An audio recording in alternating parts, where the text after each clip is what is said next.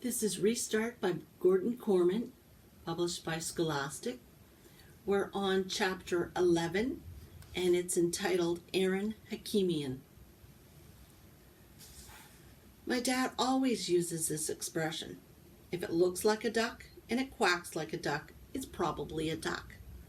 Well, that isn't always true. It looks like Ambrose, and it talks like Ambrose, but no way that's Ambrose. How can a person be so different just because he fell on his head? Okay, so he's sidelined from football. Nothing you can do about some dumb doctor's orders. And amnesia. That's pretty out there, although Wikipedia says it's real. But even if every single memory is erased from your head, wiped clean like my phone when I dropped it in the toilet, you should still be the same person, right? Chase just isn't. That's not the kid Bear and I grew up with, played sports with, broke all the rules with, since we were in second grade. You can see it in his eyes. He looks at us like he barely knows us, or any of the Hurricanes. I guess I understand that. We're like new people he just met for the first time. Even so, shouldn't we be starting to hit it off by now? But that's not happening either. He's not into the things we're into. Not football, not anything. That hurts. I get that his memory is erased, but is our whole friendship erased too? Being boys with someone isn't just a bunch of stuff you did together in the past. There has to be more to it than that. But right now it's like we've got zero in common with the guy.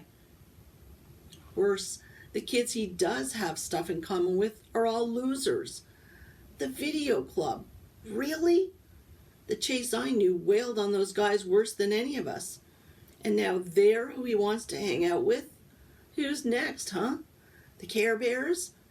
And those wusses have totally forgiven him too, except Shoshana, for obvious reasons. I wonder if he's figured that out yet. The big question is this. Is the old Ambrose trapped in there somewhere waiting to realize what a dork he's being and get back to normal? Or is this new nerd-loving Chase the only Chase there's going to be from now on? That's a pretty big deal, and not just because we're supposed to be boys. He is something that belongs to all three of us, something important. What if he doesn't even know he's got it? Bear isn't a deep thinker. He's all action. Dude, this is stupid. Let's just ask him. Say, we know you have it. Fork it over. The guy has amnesia, I reason.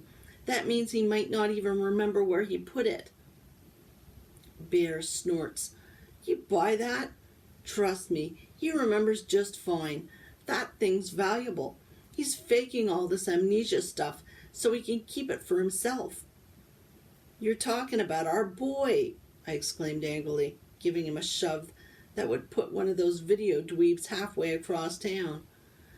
You're a jerk for even thinking it. He shoves me back. Then you're the jerk, because I know you're thinking it too. But I'm not thinking it. Honestly, if Chase is just punking us all with this amnesia stuff, that would be better. If tomorrow he says, "Fooled you," I might be ticked off for a day or so. Then I'd shake his hand for putting one over on us. Mostly, I'd be glad to have the old Chase back. One way or the other, we've got a problem, I tell him. If we face him with it, and he honestly doesn't remember, then we've just confessed to a guy who isn't really our friend anymore. Big deal. It is a big deal, I persist, because the new Chase is a goody-goody. He stands up for losers. He does community service when he doesn't have to. If he forgets what we did, I don't want to remind him. A guy like that could turn all three of us in because it's the right thing to do. Unless he's lying, Bear adds grimly. And we'll deal with that too, if necessary. We'll just have to wait and see. There's nothing more frustrating than trying to squeeze the truth out of someone when you can't let him know what you're trying to get him to say. I'm a plain guy. I like plain talk. But in this case, it's too dangerous. Our best chance to coax it out of him is at the Graybeard Motel. But it's not so easy there either. Bad enough he does community service when he's off the hook. Why does he have to be so gung-ho about it? It's depressing to watch him. He delivers more snacks in 20 minutes than Bear and I could stretch into a whole afternoon. And in that extra time, he reads to people. He pushes wheelchairs around. He helps the old fogies with cell phones they don't have a prayer of figuring out. Is it just me, Bear mutters, or is he deliberately trying to make us look bad? I don't think it's on purpose, I mumble back. He really likes it here. The old fossils like him too. We can't walk 3 feet down the hall without some Dumbledore or Dumbledore hauling him in to adjust the TV or to reach something from a high shelf. Bear is insulted. We're taller than Ambrose. We can reach stuff. How come nobody ever asks us? Because we'd say no, I remind him. Or maybe just ignore them. Listen, it's ignoring that all these blue hairs love Chase, but it's not a mystery. Even sour-faced Nurse Duncan, who wishes our community service was over even more than we do, has a smile for Ambrose and an even deeper scowl for Bear and me. It doesn't help that Chase has forged the closest friendship of all with the one resident he should be staying away from, that crotchety old warhorse in room 121. Wouldn't you know it? The one graybeard who hates everybody and who all the other graybeards hate right back has decided to love Ambrose. Go figure. It's that stupid Korean War stories that brought the two of them together. Chase can't get enough of them. And the geezer is overjoyed to have someone willing to listen who doesn't have to change his hearing aid battery 5 times in the course of it. How come you guys have so much to say to each other? Bear demands. Ambrose shrugs. He's interesting. It's not every day you meet somebody who's been awarded the country's highest medal. Why does he always have to bring that up? It makes me nervous, and it makes Bear practically crazy. Wikipedia says the Korean War only lasted 3 years, I grumble.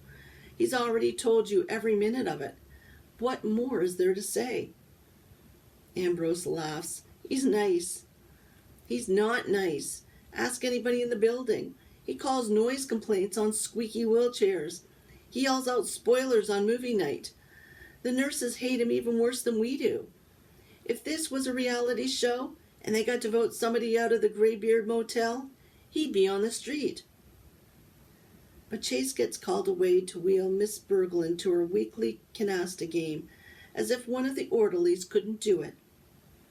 Maybe he just likes war stories, I offered to Bear. He isn't buying it.